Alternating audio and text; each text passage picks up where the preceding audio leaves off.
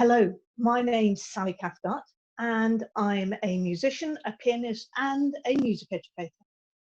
I'm director of the Curious Piano Teachers and also of the Piano Teachers course based here in the UK. In addition, I'm an examiner for ABRSM, and I've been so privileged to be working on the new syllabus for the past 2 years. So what's the most exciting thing about this brand new piano syllabus? I think the sheer range of repertoire and the sheer range of choice that teachers and pianists now get.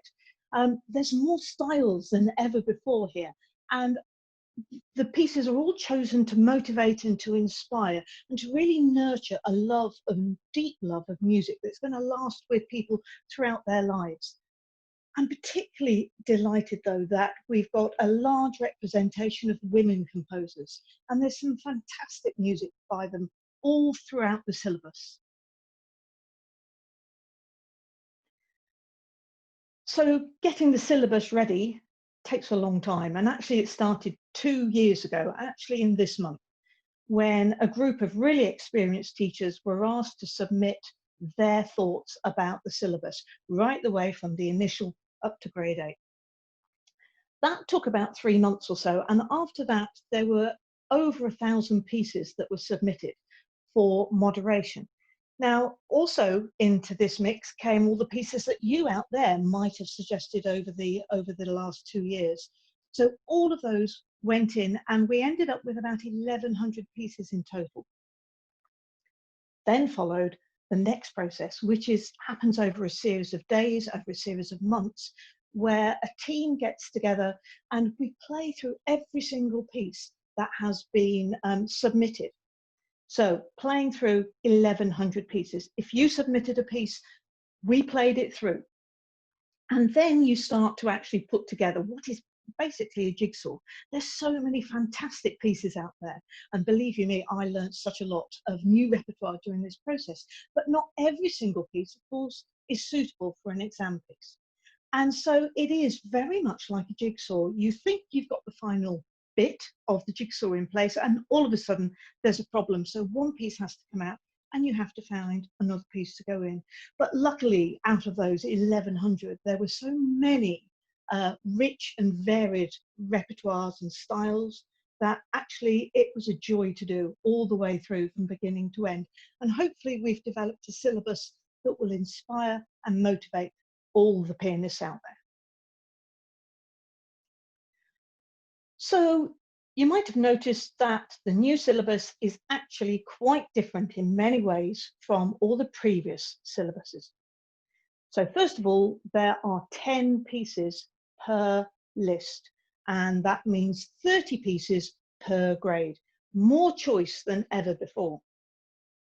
The other major change, though, has come from a change in the way that the lists are constructed.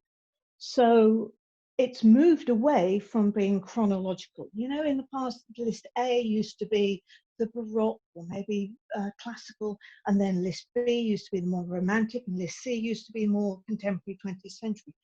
So those boundaries of chronological development have now been blurred.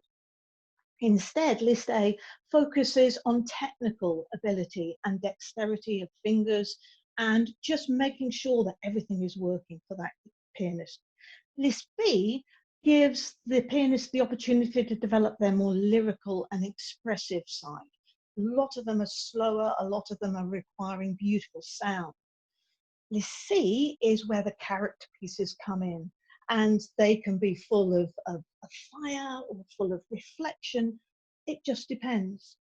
And so now you can find a whole mixture of pieces within one single grade, and you can find those historical boundaries are gone.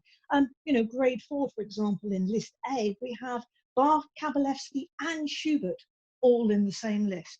So no longer are we developing chronological awareness like that, but instead we are focusing on these different elements. Okay, so what advice do I have for beginner pianists? First of all, that being a beginner pianist it takes a long time to really lay down a firm foundation of skills. You've got technical skills and you've got musical skills and reading notation as well. And I say to people, it's like learning to ski downhill whilst being taught Italian at the same time.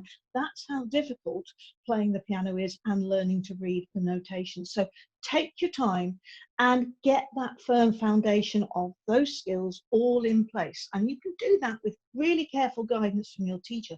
But most important is the time that you need to invest, because all these skills will build with practice. Now, by the time you reach the initial grade, you are no longer a beginner, because actually those skills should already be in place, and you'll sail through initial if you have done all the groundwork that's needed beforehand. And of course, at the initial grade, there is so much music there for you to enjoy. But the thing to remember is these are not really exam pieces. They're really pieces of music, and they exist for their own sake and for their own beauty and their own musicality and for their own sense of joy.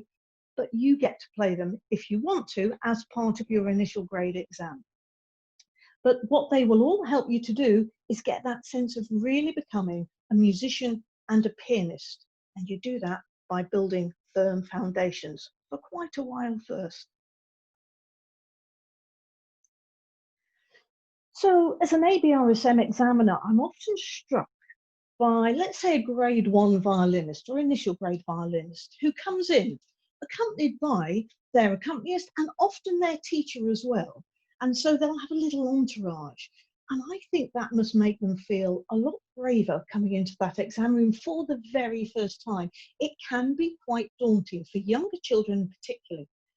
And the joy of introducing duets now at initial to grade 3 is that the pianists get to do that as well. No longer do they have to wander in by themselves, slightly overwhelmed by the whole occasion, all on their own, facing somebody they've never met before. They can come in with you, a friendly face. And I think that could really put them at ease. And to start with a duet, whether it's from some of the duets that are from the wonderful new Pianist Sally duet series, or one of the other many duets, can really help to bolster their confidence. So that's one reason for starting to think about the duets. But more importantly than that, it is so musically rewarding as a pianist to play with other people. And it can help to develop and cement skills that might be going a little bit astray otherwise. You know, you can't rush your pulse if you're playing with somebody else. It really helps them to get a more solid sense of playing along with somebody. That ensemble, that level of communication, it's so important for young pianists to get that and to really have a sense of the fun and the enjoyment that you get from playing with others.